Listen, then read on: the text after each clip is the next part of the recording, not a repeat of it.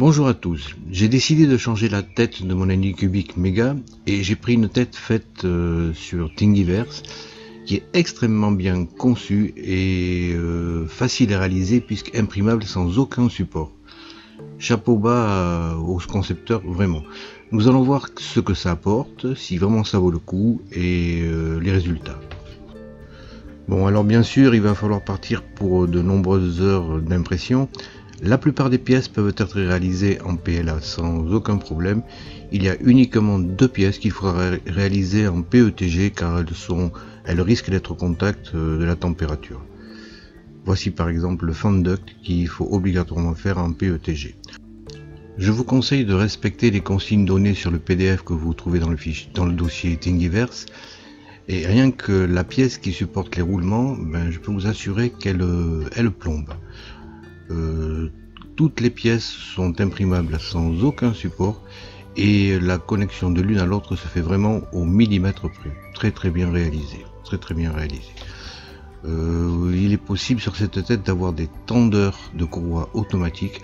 Alors toute cette partie à faire en PLA si vous le souhaitez. Par contre la partie qui coince la tête de chauffe et le conduit de ventilation doit être fait en PETG.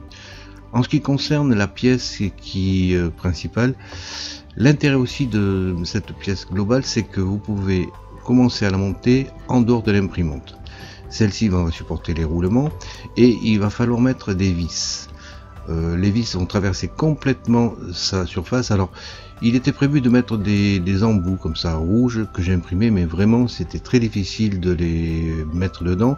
Alors, j'en ai fait d'autres un petit peu plus petits que j'ai mis à l'emplacement prévu et j'ai mis une vis un écrou M3 de façon à sécuriser l'ensemble. Faites attention, il y a énormément d'écrous à mettre sur cette pièce, il y en a une douzaine au moins, et veillez bien faire le tour de tous les emplacements. Alors pour les mettre en place, je vous conseille de l'insérer comme ceci, de presser fortement et de presser fortement. Attention également à la partie qui vient coincer la tête de chauffe sur cette nouvelle tête. Il y a deux écrous à mettre, mais il y en a un troisième qu'il faudra glisser dans cette petite fente de façon qu'ils viennent se loger ici pour accepter le BL Touch. Nous allons prendre le support pour monter la tête de chauffe E3DV6. Alors cette tête de chauffe contient un radiateur et le heat break qui est vissé dedans. Vous pouvez le sécuriser avec un petit peu de pâte thermique. Vous mettez ensuite le support de tube PETG que vous serrez de façon qui tienne bien en place. Le corps de chauffe est composé d'un côté de 3 trous et de 2 trous. Il va falloir mettre les éléments, la buse, du côté des 3 trous. Alors comme buse, j'ai pris une buse en acier E3D qui est vraiment très performante et qui assure un débit très fin et très régulier. Vous la vissez à fond sur le corps de chauffe du côté 3 trous donc, et vous la dévissez ensuite de un demi-tour à peu près. De l'autre côté, vous allez visser votre radiateur avec le heat break et qui va venir en buter contre la buse que vous venez de mettre. Vous serrez de façon que tout tienne en place, mais nous la resserrons plus tard. Vous insérez ensuite la cartouche de chauffe dans la tête. Alors celle-ci peut coulisser, vous vous arrangez pour qu'elle soit à peu près, qu'elle déborde de chaque côté de façon symétrique. Vous la serrez ensuite avec la petite vis qui est fournie avec. Il va falloir la serrer de façon qu'elle tienne bien en place, mais n'hésitez pas trop à serrer parce qu'il faut vraiment qu'elle tienne bien. Il va même falloir que vous pliez un petit peu, voyez, la tête de chauffe pour qu'elle soit en place. Vient ensuite la sonde thermique qui trouve sa place dans le dernier trou. Alors vous la vissez, dès que vous sentez votre vis en butée, vous vissez de un demi-tour maxi. En effet, elle est un petit peu molle et si vous serrez trop, vous risquez de la dommager. Voilà, vous avez mis en place tous vos fils, veillez à ce qu'ils sortent tous du même côté et vous les pliez un petit peu de façon à les orienter à votre convenance. Votre tête est montée, vous la positionnez maintenant sur la tête MK4, sur le support de la tête. vous vérifiez qu'elle soit bien enfoncée à fond et vous venez la sécuriser avec le cache supérieur que vous vissez à fond. Il est maintenu uniquement par 2 vis et vous les serrez complètement de façon que votre tête soit bien sécurisée et ne puisse pas bouger. Et vérifiez bien que vos vis prennent dans les écrous M3 que vous avez fixés au dos de la pièce. Voilà, votre première partie, la première partie est faite. Alors, il y a une petite vis qu'on peut mettre aussi derrière pour l'empêcher de tourner. J'ai essayé de la mettre, ça faisait pas grand chose, bon, alors je l'ai retirée. Vous vissez ensuite la partie supportant la tête à la partie qui va avoir être fixée sur l'imprimante. Alors là, de même, c'est fixé avec 4 vis, vous les serrez à fond de façon qu'il n'y ait aucun espace entre les deux parties noires.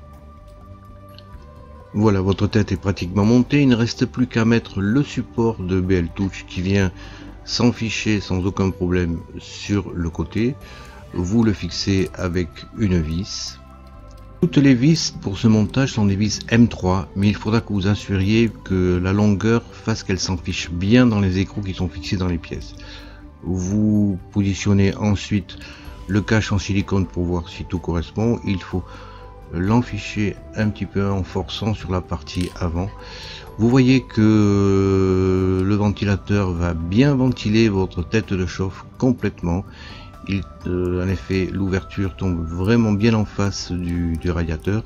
Il est fixé avec 2 vis uniquement, mais ça suffit largement pour qu'il tienne bien en place.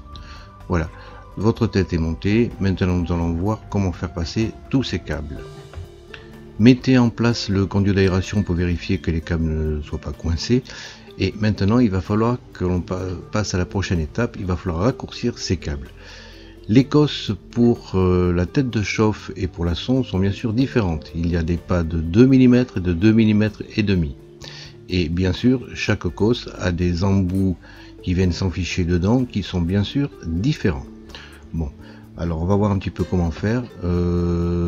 Pour mettre une cosse de 2 mm, vous voyez un petit peu comment elles sont fichues. Il y a un téton qu'il va falloir absolument préserver lorsque vous allez les sertir, de façon qu'elle reste coincée dans l'embout en plastique blanc. Vous voyez que sur la cosse de 2 mm, la plus petite, le téton est vraiment minuscule. Il va bien falloir y être attentif, parce que si vous l'écrasez, elle ne tiendra pas ensuite en place dans le support blanc. Il va falloir donc des cosses de 2 mm et demi et également des cosses avec un entr'axe de 2 mm. Alors je vais vous montrer comment je procède moi pour les mettre en place, mais je vous garantis pas que c'est la bonne solution. Par contre, il vous faut cette pince qui est vraiment remarquable pour ce genre de bricolage. Nous allons voir comment mettre en place la plus petite fiche, celle de 2 mm d'entr'axe. Je vous conseille de resserrer un petit peu la partie en U, de façon que vous puissiez l'insérer facilement dans la pince, tout en veillant à ce que le petit picot qui va la bloquer dans la partie blanche ne soit pas compris dans les mâchoires de la pince. Vous voyez comment il faut la positionner. Vous prenez ensuite un dénudeur et vous faites une estimation de votre longueur de fil qu'il va falloir dénuder. Une fois celui-ci dénudé, vous torsadez les filaments de façon que ce soit plus facile à insérer ensuite dans la cosse. Vous vérifiez bien la longueur. Alors notez qu'une partie de plastique doit être également sertie pour assurer une bonne tenue de votre prise. Vous vérifiez que les fils ressortent bien, voilà, à l'emplacement de l'embout en ferraille, et vous serrez à fond votre pince de façon à sertir votre fil. Il vous reste plus qu'à l'insérer ensuite dans la prise adéquate. Alors vous prenez une pince et vous l'insérez à fond, vous allez sentir un petit clic lorsqu'elle sera vraiment bien positionnée. Ceci fait, le fil tient parfaitement bien. Nous allons voir la même chose avec les cosses de 2 mm et demi, les plus grosses, qui vont servir à la tête de chauffe. Pareil, vous resserrez un petit peu le U et vous le positionnez dans votre pince. Alors vous pouvez la coincer un petit peu, ce sont des pinces à cliquer, c'est-à-dire que votre pièce, une fois bien positionnée, tiendra en place. Voilà, là vous pouvez réfléchir, vérifiez bien que le picot que l'on voit en dessous ne soit pas inclus dans les mâchoires. Insérez votre fil. Alors pour celui-là, il faudra forcer un peu, il est un petit peu plus gros. Et une fois que vous l'avez bien inserti, il vous suffit de la positionner dans la prise adéquate.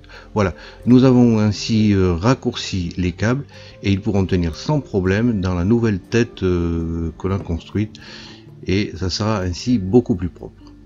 Alors de mon côté, j'ai refait toutes les pièces rouges en PETG pour avoir une uniformité de couleur, mais ça ne sera pas nécessaire pour toutes ces pièces. Celle-ci par exemple va supporter votre carte de connexion à la tête. Alors il va falloir un petit peu la poncer sur le côté pour qu'elle rentre bien. Vous allez voir, il y a des petits picots sur votre carte Anycubic. Vous les poncez un peu pour qu'elle rentre parfaitement bien dedans. Vous mettez le connecteur ensuite en place et que vous solidarisez par 3 vis. Voilà, une fois en place, vous avez toutes les connexions qui sont par le dessous. Vous commencez par connecter la tête de chauffe. Ensuite, du côté opposé, il va falloir brancher la sonde thermique. Et près de la tête de chauffe, vous branchez le fil qui vient du ventilateur avant. Le BL Touch a été fixé sur la partie avant de la nouvelle tête. On prend maintenant ces fils et on vient les brancher comme ils étaient initialement. Veillez à ce que le fil noir soit, quand vous regardez dans ce sens, soit sur le côté droit, c'est-à-dire près de la coste de la sonde thermique, si vous voulez. Voilà. Le dernier fil à brancher est celui du ventilateur arrière qui va refroidir la pièce. Alors c'est un petit peu plus sportif parce qu'il est complètement derrière, mais c'est pas impossible. Mettez en place ensuite le conduit d'aération de façon à aligner tous les fils sur celui-ci. Je les ai mis tous du même côté et sécurisés avec un petit serre-flex pour pas que ça bouge. Voilà, tous les fils du corps de chauffe ont été fixés. Il ne reste plus que les 3 fils qui vont aller vers le BL Touch, qui eux vont rentrer dans votre tuyau d'alimentation. Vérifiez que tous les fils passent correctement, qu'ils ne soient pas tordus ou coincés sur votre tête. Maintenant, nous allons devoir sortir l'ancien support de tête. Alors il faut dévisser normalement uniquement ces 2 vis de part et d'autre, mais vous vous rendrez compte qu'il va également falloir dévisser ces vis de façon à ce que les tiges de 8 mm puissent coulisser facilement. Une fois qu'elles sont desserrées, vous pourrez les faire tourner sans aucun effort et il vous suffit maintenant de les faire glisser de façon à libérer les roulements de la tête initiale de votre Anycubic. Une fois libéré, vous pourrez retirer la tête initiale de votre Anycubic et nous allons maintenant mettre en place la nouvelle. Alors il vous suffit tout simplement de la refaire glisser dans les tiges. Alors les roulements que j'ai pris sont particulièrement de bonne qualité. Bon, il coûte un bras, mais ensuite vous serez vraiment très satisfait, que ce soit au point de vue silence et efficacité.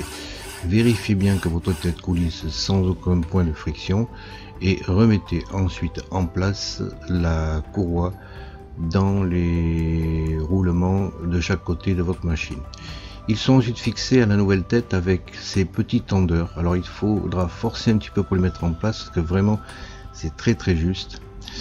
Vous mettez en place l'un des tendeurs sur un côté que vous serrez à moitié à peu près. Et de l'autre côté, vous faites une petite estimation pour voir où est-ce qu'il va falloir tordre la courroie pour l'insérer dans le deuxième tendeur. Vérifiez ensuite la tension de la courroie que vous pourrez régler facilement avec ces tensions. Alors regardez le gars comme il a fait les trucs vraiment très bien. La courroie, la partie supérieure ne touche absolument pas la nouvelle tête. Bon, il vous suffit maintenant de rebrancher tous les câblages. Vous rebranchez votre fil initial d'alimentation d'Anycubic. Vous allez insérer dans la gaine le fil qui vient du BL Touch. Alors faites attention, il est un petit peu plus court que sur le montage d'origine de la machine. Il faudra peut-être donc rallonger un peu le fil qui vient depuis la machine.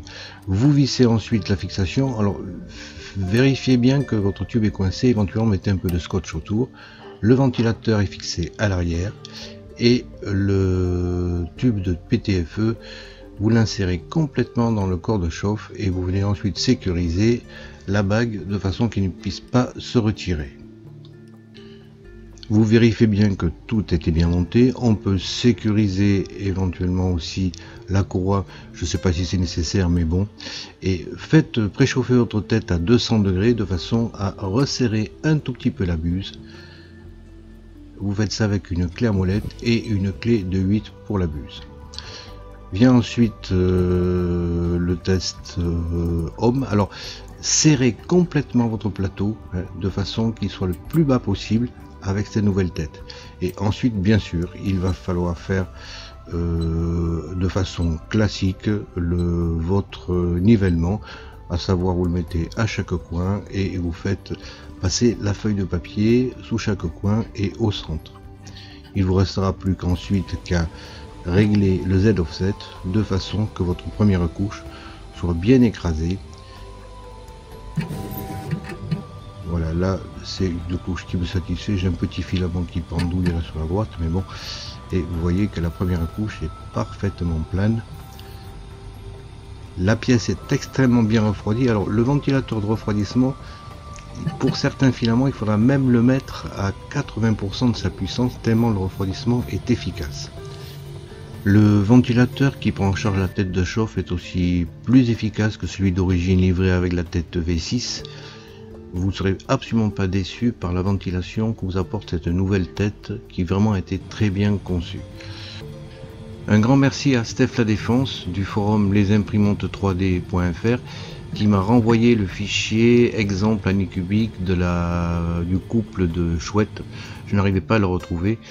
Nous allons voir maintenant ce que ça donne avec cette tête. Alors il faut noter également que j'ai des TMC 2208.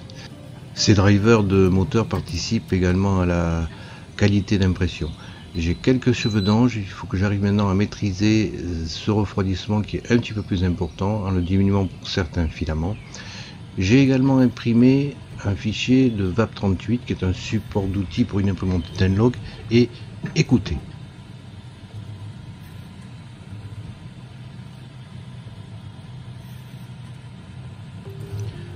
L'imprimante a les ventilateurs à 100%, que ce soit le refroidissement de la tête ou de l'objet imprimé, et vous voyez que vraiment c'est très silencieux. Il faut bien sûr refaire le PID de votre tête après l'avoir installé, et voici ce que ça donne, la ligne rouge sur Octoprint. J'ai imprimé quelques fichiers avec cette tête mise en place, et voici par exemple un cube de calibration. Alors je n'ai pas imprimé le haut, c'est pour vous montrer, j'ai fait un cube avec une seule épaisseur sur le côté et vous voyez que les faces sont quand même très lisses et de très bonne qualité. La face inférieure, la pièce ne s'est pas décollée. Je vais essayer de vous montrer pour que l'on voit l'empreinte de l'ultra base. Voilà, vous voyez l'empreinte ultra base sur les 4 coins. Vous voyez que le cube a tous les coins qui sont parfaits, les arêtes parfaites, vraiment très bien. Après, bien sûr, les chouettes de Anycubic. Vous voyez bien que les plumes sur la face sont très bien marquées. Les ailes, on voit, elles sont moirées et le dos est parfaitement lisse. On voit tous les détails au niveau de la face. Pareil pour la chouette. On voit aussi les traces sur le bout de bois sur lequel elles sont juchées. Et vous voyez la petite fleur sur son chapeau. Voilà, qualité d'impression vraiment parfaite. Après la grosse pièce, bon, il n'y a pas beaucoup de... On peut pas trop en parler, il n'y a pas beaucoup de détails. Mais je vous montre quand même que, bon, c'est pas mal sans plus. Ce filament en plus je le connaissais pas du tout. C'est du filament de cuivre là, que j'avais une bobine, mais bon, pas terrible. Voici par exemple une autre pièce, c'est une tasse, elle est parfaitement lisse sur tous ses côtés, je trouve que c'est une très belle impression, vraiment je suis content. Alors cette tête vous apporte un plus surtout avec ses ventilateurs qui sont vraiment efficaces et silencieux. Le BL Touch est vraiment bien intégré dans cette tête. Alors le fichier qui a été conçu pour imprimer ce support vraiment est très bien réalisé. Vous voyez que la buse touche, mais que l'aération est au-dessus, ainsi que le BL touch. Pareil pour l'axe des X, où le couloir d'aération ne pose pas de problème. La courroie passe à l'intérieur de la tête, mais sans jamais la toucher. Vraiment, félicitations à celui qui a fait le fichier. Autre chose également, vous voyez que la tête est à 205 plein, et si on modifie le marlin, on peut gagner 5 mm, peut-être même 10 mm pour l'impression en hauteur. Bon, beaucoup de points positifs pour cette tête là. Les seuls points négatifs sont, il faut imprimer toutes les pièces, il faut tout démonter et il faut la mettre en place. Un dernier point positif, à mon sens, c'est le look. Ça a une autre gueule que la tête d'origine de votre Anycubic. Enfin, ça, c'est très personnel. Mais j'aime bien. Bon, voilà, je vous donne toutes mes idées et puis à vous de juger si vraiment ça vaut le coup de faire cette tête et de la mettre en place. Moi, je l'ai adoptée. À la prochaine.